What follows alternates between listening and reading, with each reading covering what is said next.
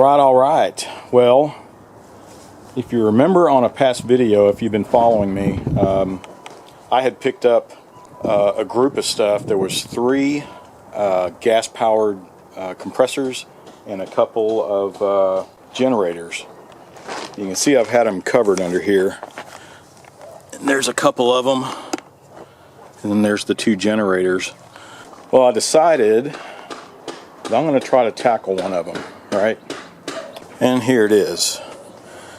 So this is an Apache. I haven't heard of that brand. I guess it doesn't matter. I mean, it has a Honda engine on it and the V-twin pump. So I decided I'm going to start with this one. I guess it doesn't really matter. But the only reason I'm doing this is if the engine is shot, then who knows? I might... Well, if the engine's shot and the pump is good and there's no leaks anywhere, I might convert this over to electric, put an electric motor on it with the proper, pressure controllers and all that good stuff, and use this in the garage. But we'll see. The other 2 are in about the same shape. They need a lot of work, but these are great compressors, and I'm going to try to get one of these rolling. I'm going to start with this one. So I'm going to get some of the crap. I'm going to take the spark plug off here and drip some oil down or some WD-40 or something. Because this thing sure was it's just covered with all the leaves and all that crap. I'm going to put some oil down in there because this is the one. Hopefully we can get it moving. This is the one that's not turning. Alright, well, let's get this spark plug off of there.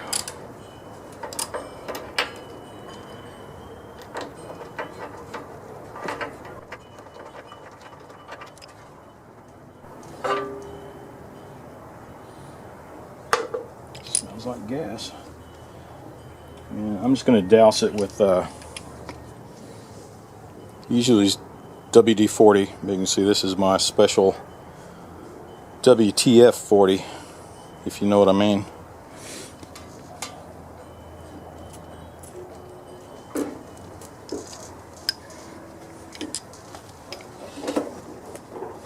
And I'll probably have to take the cover off and turn that flywheel manually.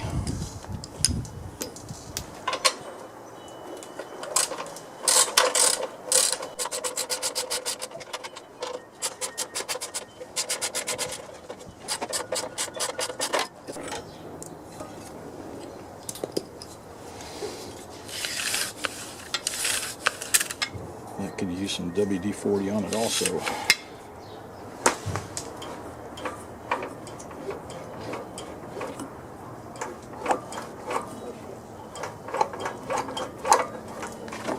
There we go. You see the crap that was spewing out of there?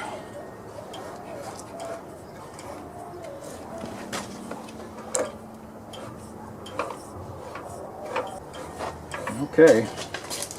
Well, that freed it up. But yeah, I hate to see all that stuff spurting out, if you can see it, out of the spark plug hole. Let's dig down further and see what we can see. This thing is...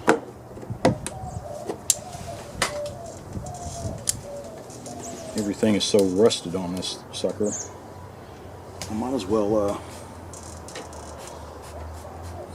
I'm going to spray down the linkage. Let's see what the top of this carburetor looks like.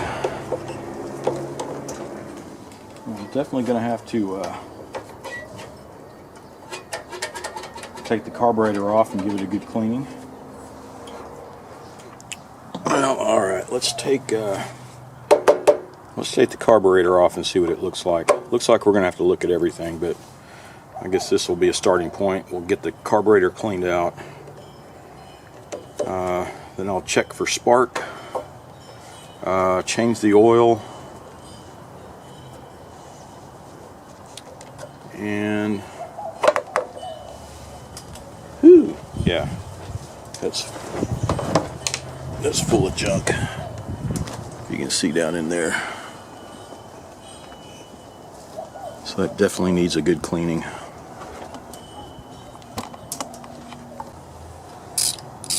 And I might need to check for compression too, just out of curiosity, after seeing all the junk that came out of the cylinder head. I mean, I know I put some WD-40 in there, but there was a lot more than that in there.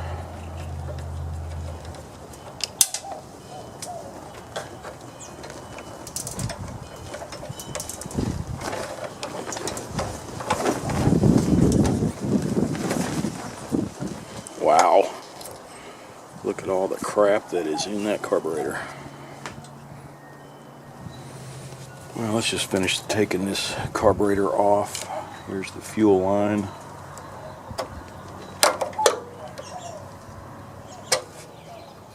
And everything is just frozen on this carburetor. See, here's the governor linkage, and it's just not budging. Let's see.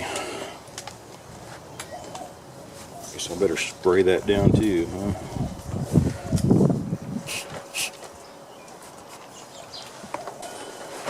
Let me work this free. I'm just trying to get this to turn a little bit so that I can pop the governor linkage off. And we'll go throw this in the ultrasound. Alright, well, I got it off. And you can see how much rust is in there. Haven't even looked inside the bowl yet, but you know, because I had to turn this around that way so that I can get the governor linkage off. But you can see it's just the plastic piece is just stripping there. So I don't know if this is going to be salvageable. I guess I will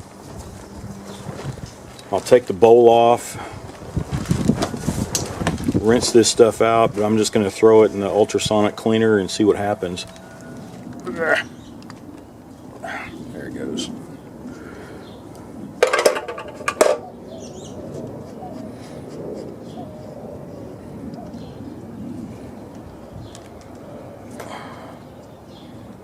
Whew, a lot of crap in there.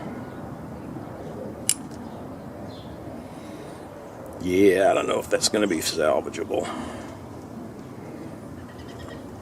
We shall see. Well, I guess I'm going to take a quick look at the valves too, just out of curiosity. Given the state of everything on this thing, it's like, no telling how many years this sat out in the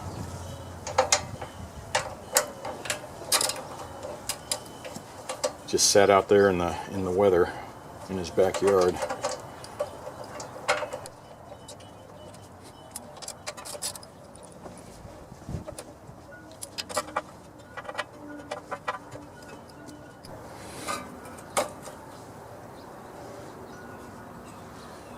All right, well, that's good. It's pretty clean in there.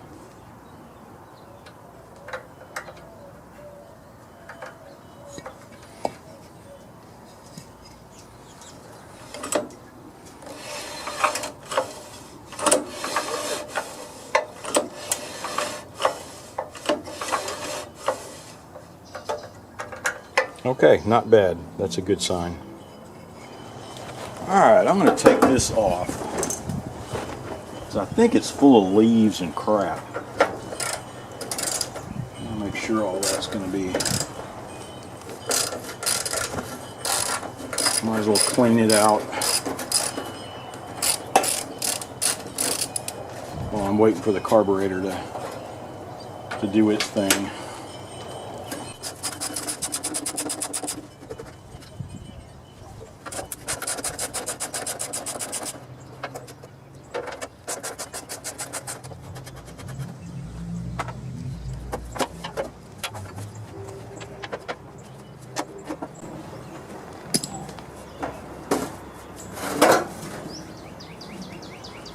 Yep. A lot of leaves and crap.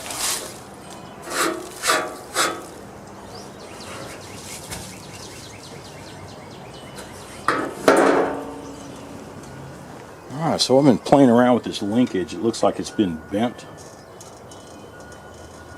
I'll probably have to take it off and try to straighten it out. But you can see this cable.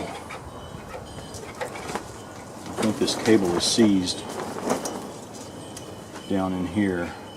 So I'll probably take that off and see if I can get some WD-40 down in there and loosen it up.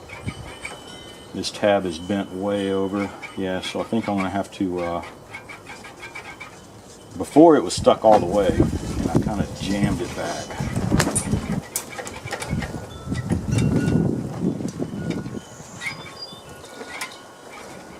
So, let me get this cable off first. Yep, there we go. So it was the cable that was holding it.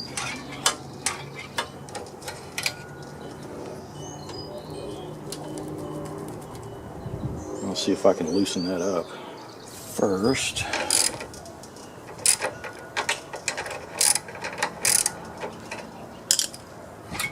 Yeah, that was a little better. That nut was just loose. And this is screwed all the way back. Let me loosen that up.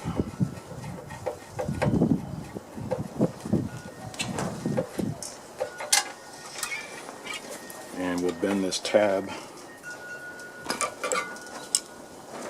back upright if I can.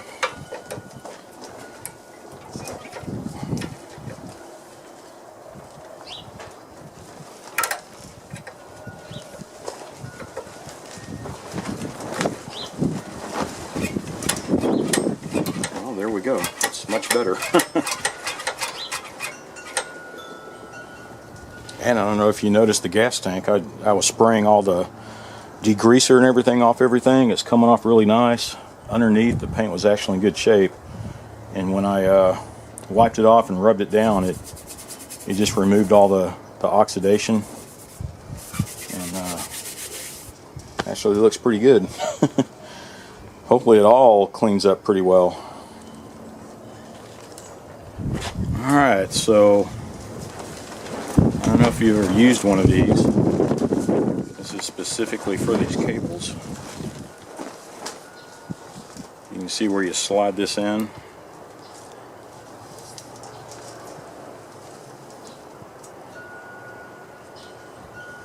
And when you tighten it down,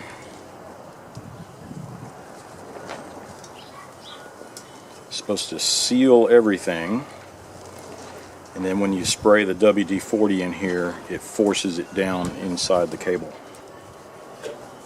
Sometimes it works, sometimes it doesn't. Let's see what happens. They'll probably spray all over the place, so.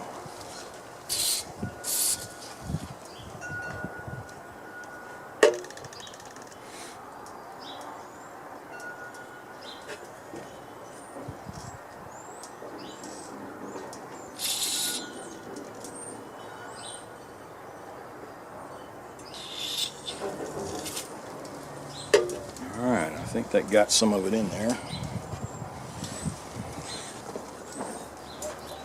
You can hear all the rust and corrosion that's inside this cable.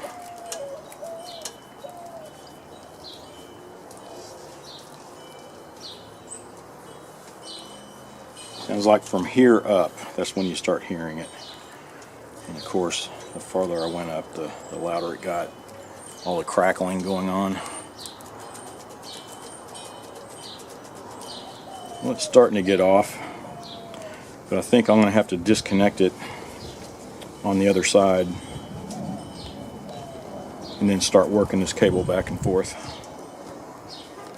Alright, so here is where that cable comes in. If you can see that. So I'm just going to, I'm going to take it off here, slide this cable out.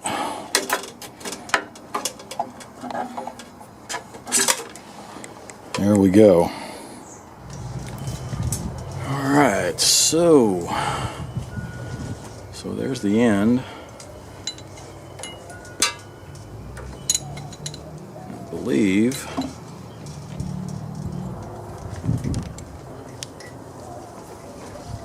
Yeah, there we go.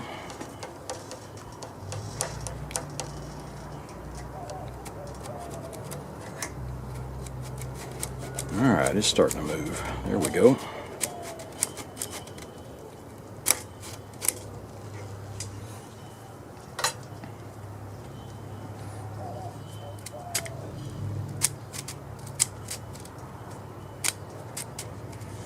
You just hear how gritty that is. So let me shoot some more WD-40 down it. Alright, so the carburetor, I went in and put it back on. It was pretty nasty. I don't know if it's, I might just have to get a new carburetor. It was pretty bad. I have those hoses off. I have to replace those on the pump side, but I put the spark plug back on. Everything here is operating the way it should. So I did put some gas in it. The tank looks really clean, right? So I'm going to put some starting fluid down in here.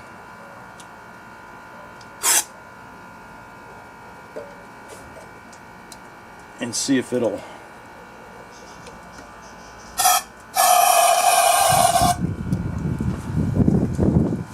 even try. Okay, that's on.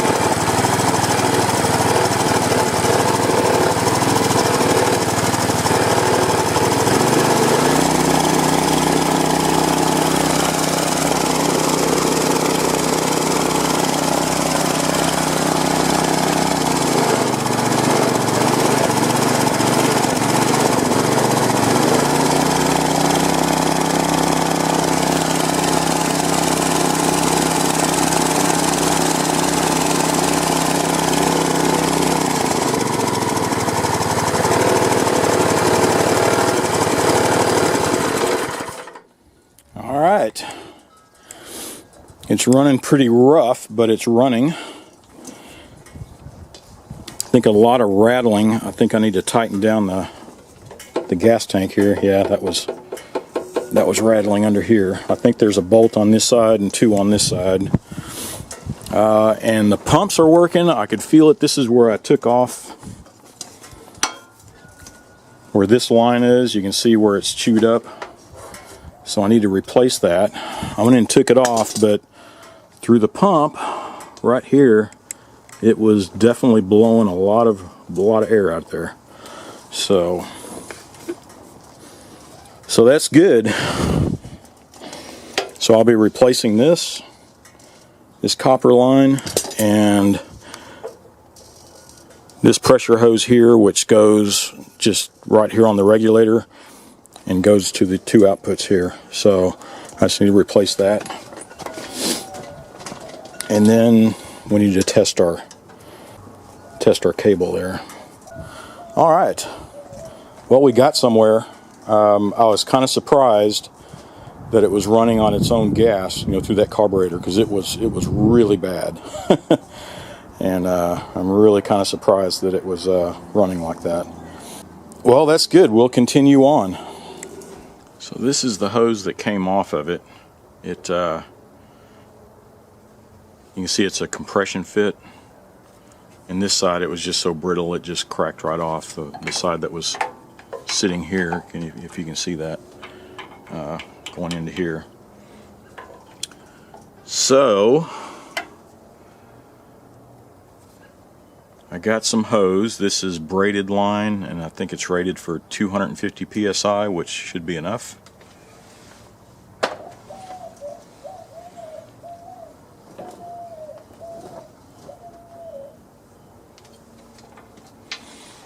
And it is a tight squeeze in here.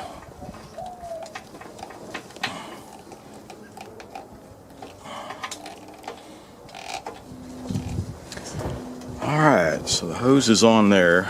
This is going, well, you'll see it in a second, this is going out to the two outputs here for your tools. This is coming off of this regulated valve. So this is rated at 250 psi. But usually when I set this down, it's usually set at 90. I believe these tanks are 135 max. And then I regulate it going to the tools at 90, so it should be pretty well covered. So you can see this. Here's the nozzle. And you can see when you slide that over and then tighten it down, it's a interference fit. But I'm going to take this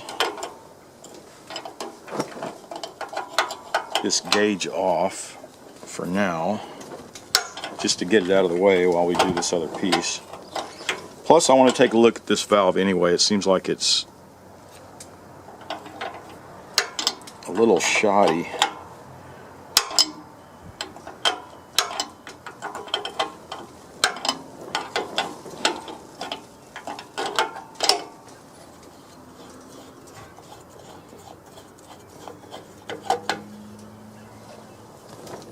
It's a little bent up,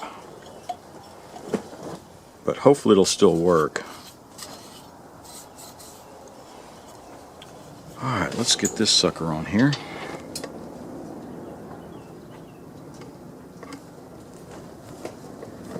I almost have it too short. I think this will work though.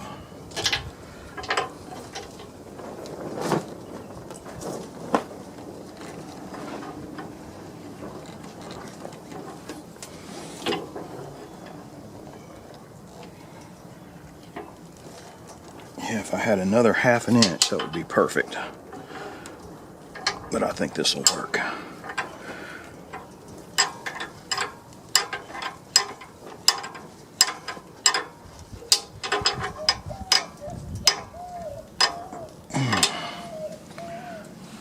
Man, these are tough to get on.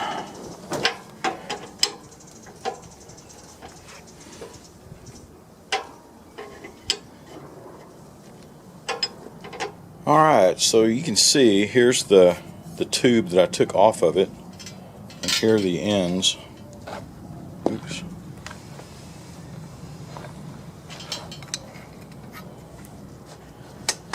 And I cut the flares off so that I can, get the ends off there.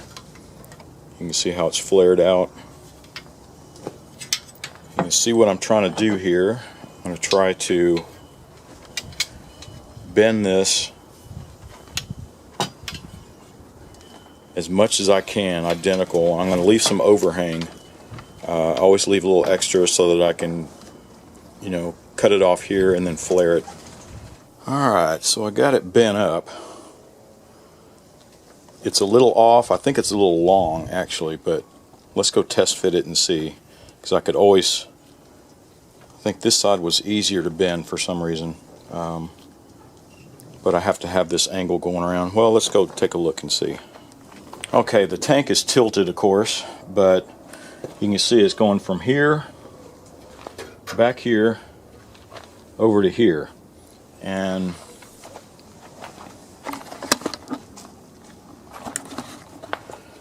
yeah, so from back here over to here, and as it snakes away, you can see it has that little curve so that it won't get in the way of the motor. Let's see, I believe I had it going in this way. Let's see if I can do this one-handed here. Yeah, so it is a little long. You can see how it'll fit there and then into that. So let me snip these off, and here's the flaring tool, the good old Harbor Freight. I don't expect it to last more than once or twice. The cutter here was a piece of junk.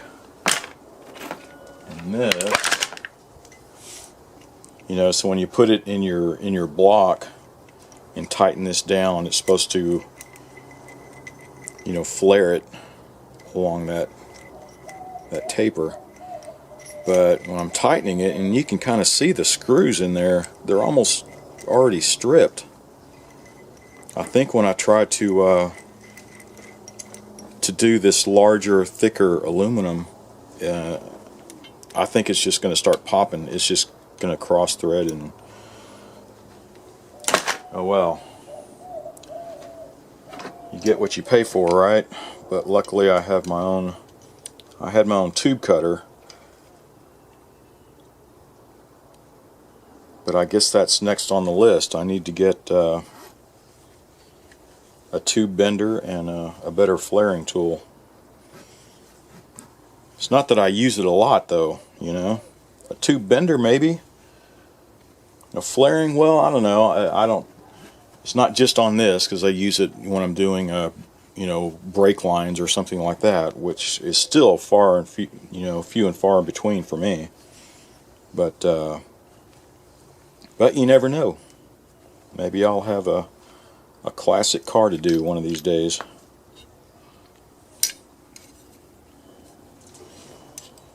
I'm going to experiment real quick.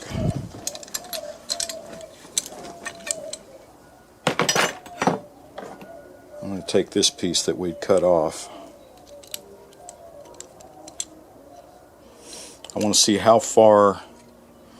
I just can't remember how far this needs to stick out. If it's flush and you flare it, I think it's going to be a short flare. It'll flare, but it'll be real short, and the diameter is going to be small, right? So the more it sticks out this way, the more flare and the larger diameter you're going to end up. So I'm just going to set it, you can see, just barely over that, maybe 1/8 of an inch.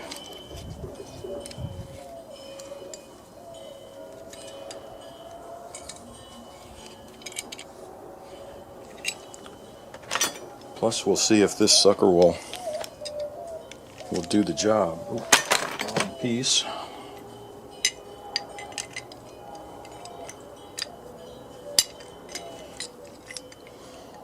So that fits in.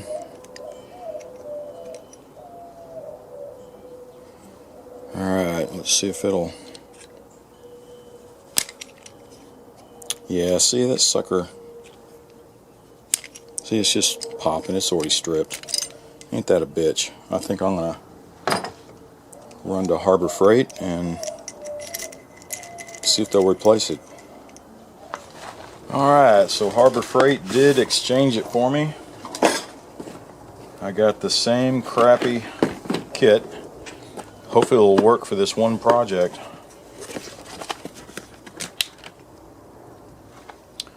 Let's see.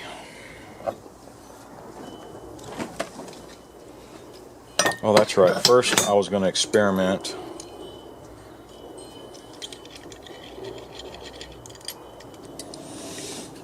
Man, I'm going to have to get a better tool.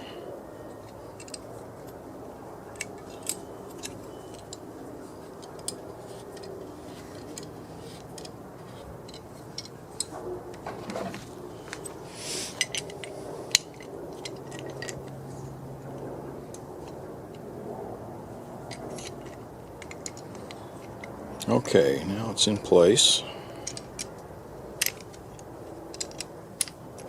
Yeah, see that sucker's just... You can't get any pressure on it. What a piece of junk.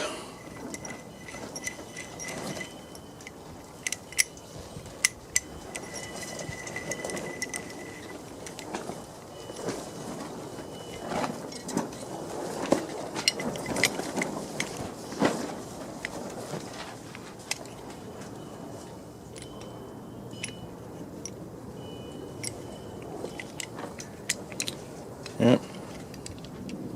Can't get any pressure. The threads on there are just popping away.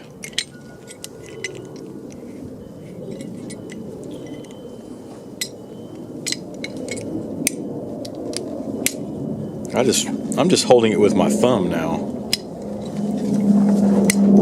See, it's just popping. Oh well.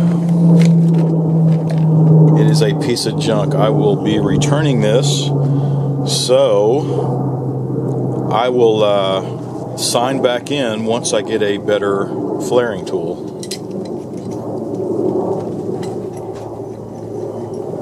Alright, so I got another flaring tool. This one is much better. Beware that Harbor Freight one. I mean, I went through two of them, but they did exchange the first one and they did refund, you know, after I brought the second one back. So, but I did show them what was wrong with it and they agreed. So they gave me the refund and I went and got this one. So just by the sheer weight of it, I mean, this is so much better. You can see I experimented with this little piece and it gave a really nice flare and it was super easy. So I got it off of Amazon. I forget what brand, if it was just a generic. There's 2 or 3 of this style. They look identical, but I can put a link on the description there. But let's let's see if we can get this flared off.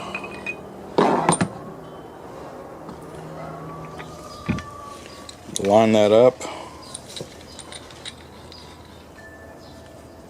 There we go. Tighten it down. So now, when you screw this in, and I'll show you it's one of those eccentric screws, which makes life very easy. This thing, I just turn it by hand.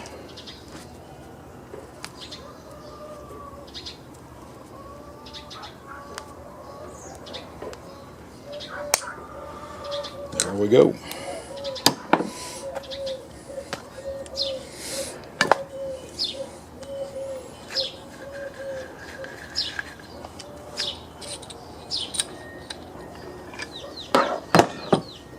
See the nice flare there.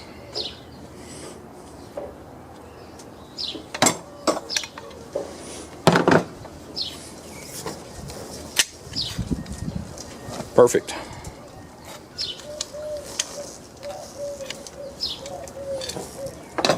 What makes it easy, if you look at the tool, now see the conical end there? It's not perfectly just straight down.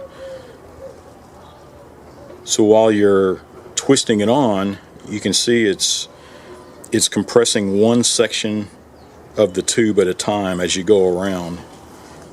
So it's spreading it, you know, a little more and a little more each time, but just at that angle. So it makes it really, really easy to do it by hand. All right, so there we go. Let's see if we can get this on there.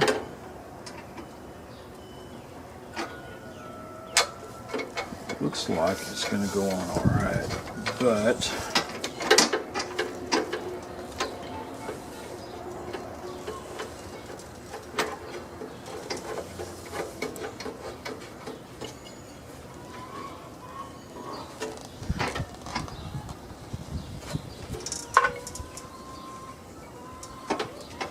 alright, so you can see I took the air filter and the cover off.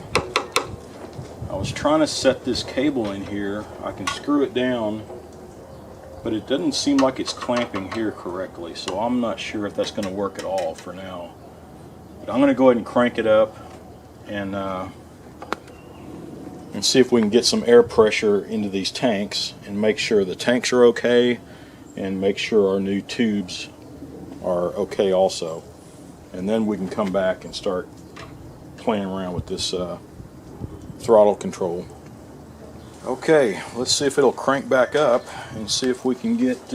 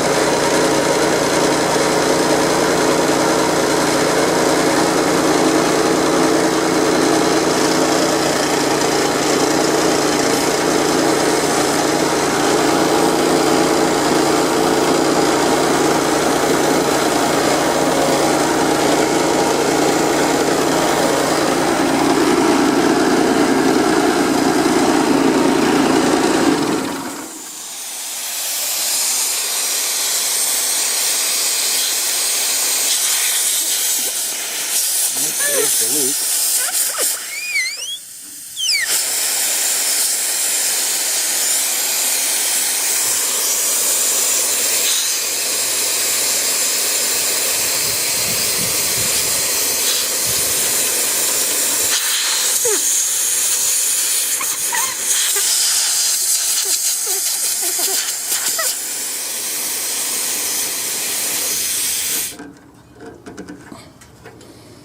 Tighten it down a bit.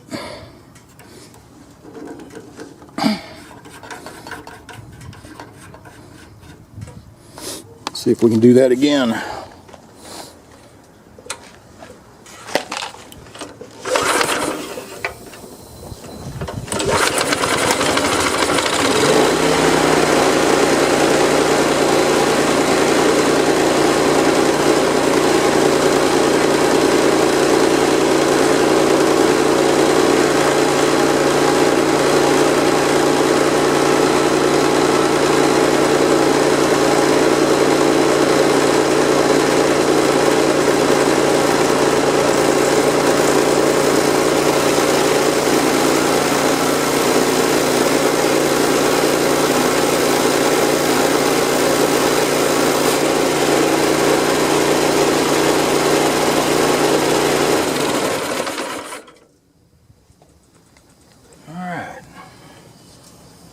Still a little bit leaking out under there.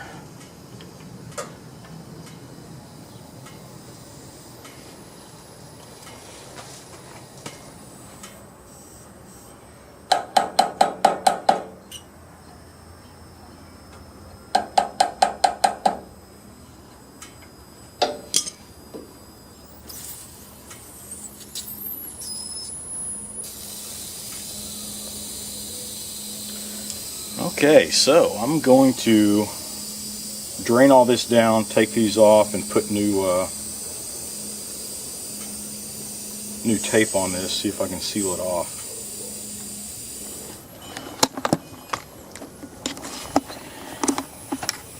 So here's where the leaks are. One underneath here, and then right on this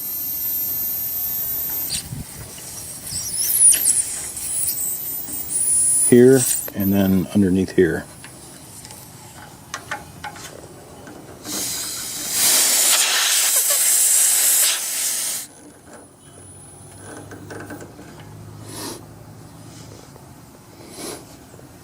So let's see if we can tighten these up somehow,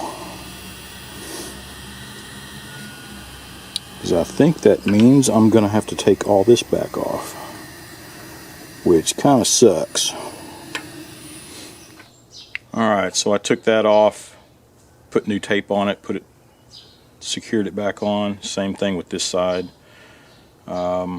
This, I just took it all the way off, and it looked okay.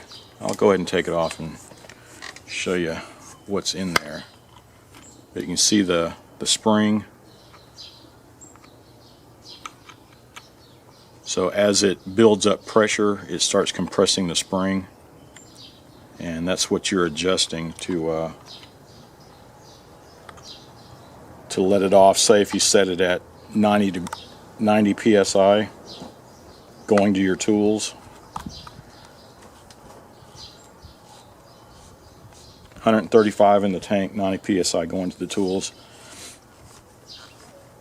But let's see if we can get this sucker sealed off first.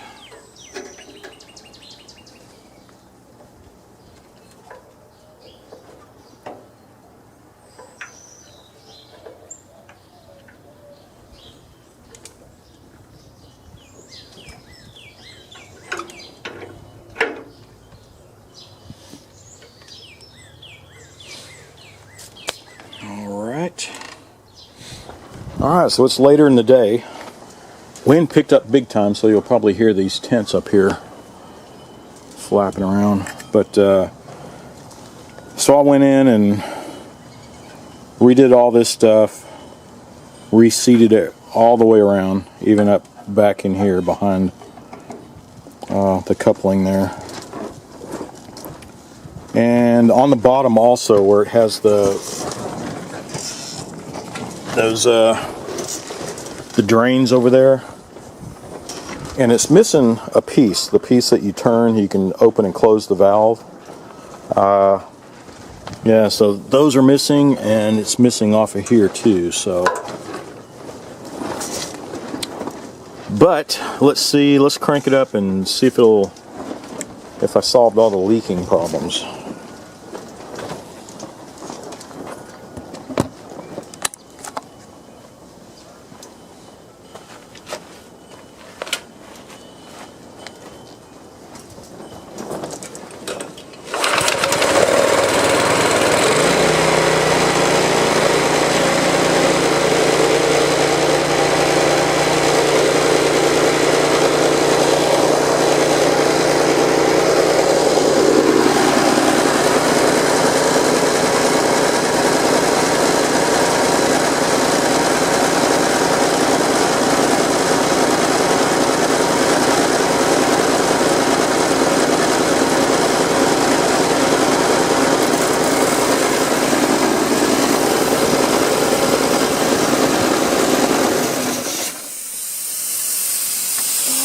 Something blew up.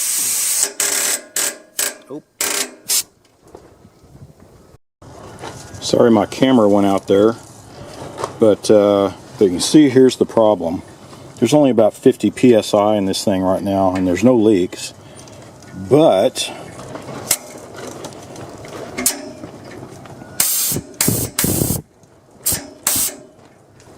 alright, we've got a little rain out here. Trying to let everything dry off. But I'm going to take this valve apart, clean it all up.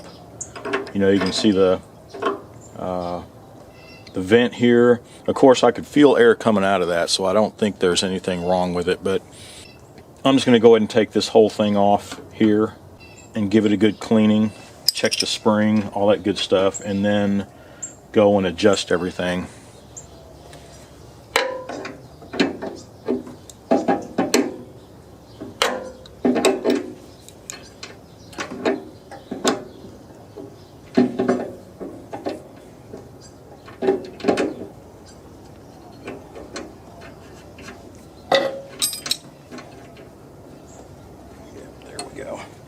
Now, I've already drained all the pressure out of the tank, so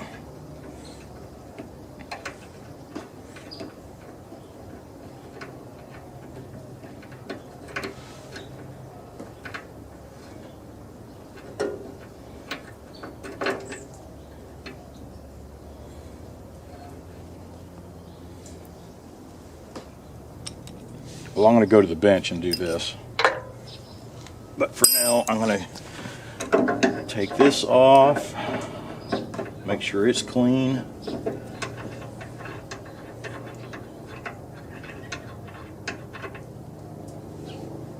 Yep, there's some crap in there. So let's get all this cleaned out, and there should be, yeah. Alright, so you see I took everything apart here. You just have to loosen up the lock nut, and then this thing comes right out. But you can see the spring, it was just ultra corroded. So I've just been cleaning it off.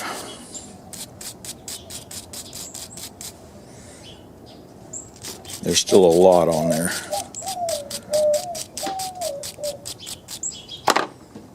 But it was really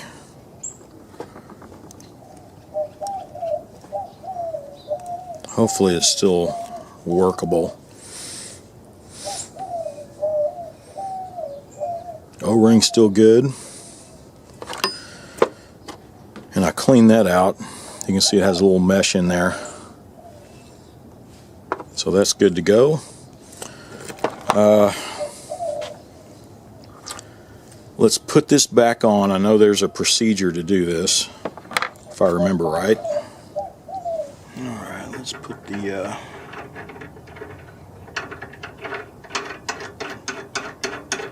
filter back on.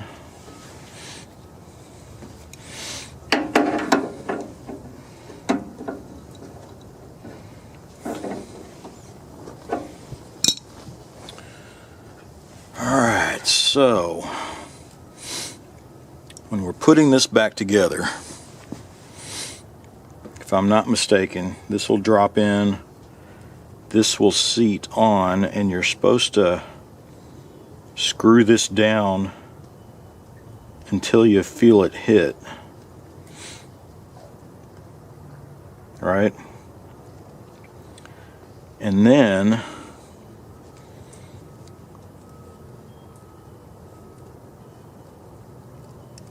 when you start screwing this down, you'll feel the spring compress.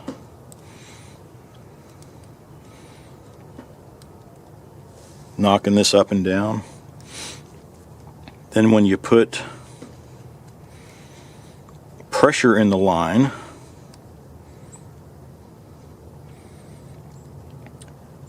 you set it, say if I wanted it 90 psi as the minimum, well, you adjust this until it reaches that 90 minimum, right? You cycle it back and forth.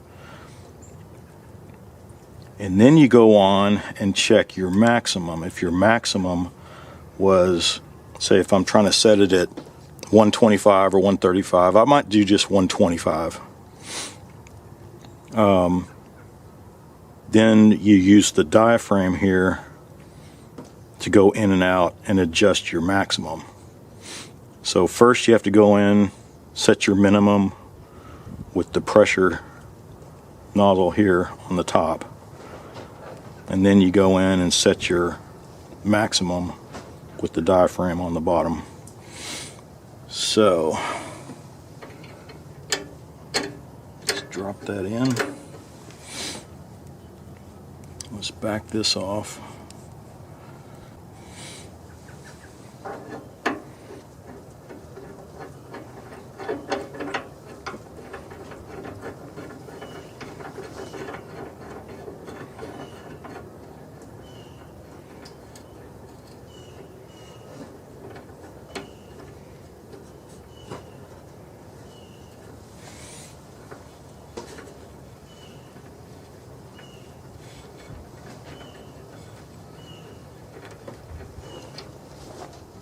I think that was it right there.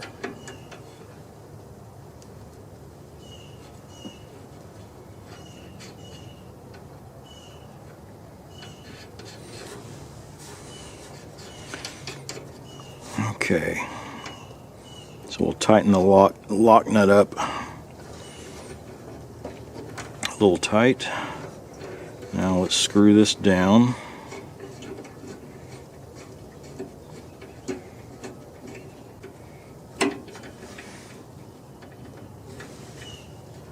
I think that was too much.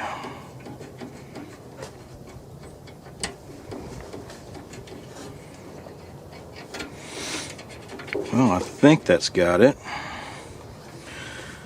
So the next thing I need to do is get some pressure in the line, and then we'll start playing around with the fine adjustments here. But first we have to, I'll get it up to about 90 psi, and we'll use this part here to adjust that minimum. Once we get the minimum set, then I'll let it go up to 125 or so. If it goes over 125, then I adjust this bottom piece.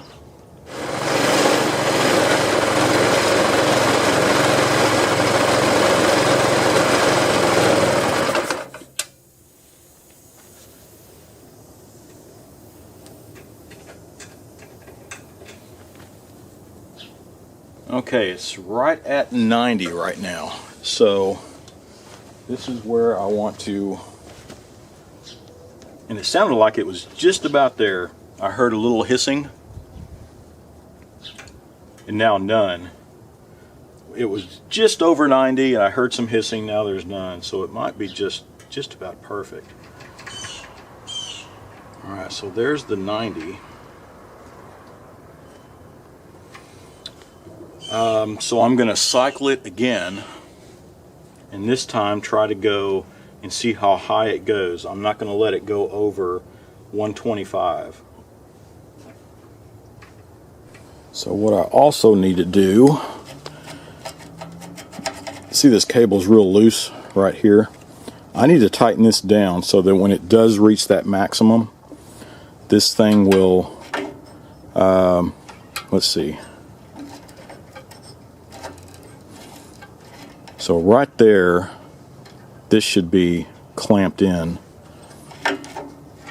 So when it's running full throttle, and then when it reaches that maximum, this will push that cable and poof, go down to low idle, right? So I need to see if I can get this clamped down before I try to set my maximum.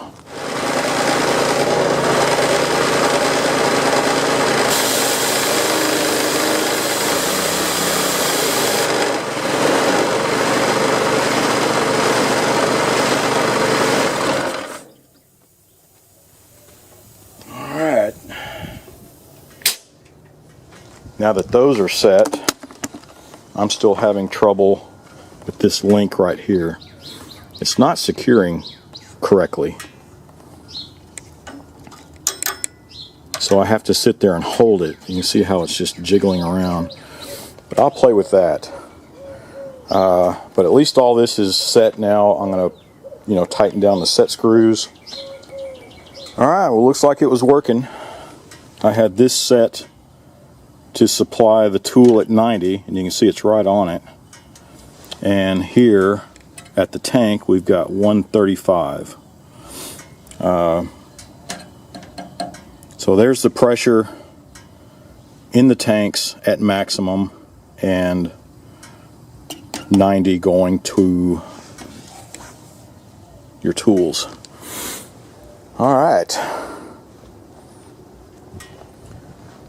Well, I guess I'll put it all back together, and I'm sure I'll be using this for a few days, make sure there's no more leaks, make sure everything is operating properly, especially this. I want to check the valve, make sure it's on good, and the gauges. How could I check that? I guess I could put another gauge at the end of the line here and see if it matches what this one's giving out, because I don't want to go too high with these tanks. I did not know the condition of them before, so I just want to, I'll probably let it sit here like this for most of the day and see how much leaks out, you know. Well, alright, I guess I'll call it quits for this video. It was an awfully long one. There's a lot to do on this thing though. And like I said, I'm probably going to run it for another couple of days just to make sure that it's working properly. And I have 2 more to do, you know. I have one that I use personally that I probably need to clean out that that valve also, the check valve. But it's been running great, and I really like those compressors like that. Especially when I go out to the ranch or something, I can carry it with me, and I can have compressed air out in the field, you know. But I have 2 more to do, sitting right over there. They need a lot of work. They've been sitting out in the weather, out in the guy's backyard for I don't know how many years. So I'm expecting just as much work to go into those 2, if not more, than this one. So, well, I guess that's it. Once again, thanks for watching. Be sure to subscribe and watch for my next video.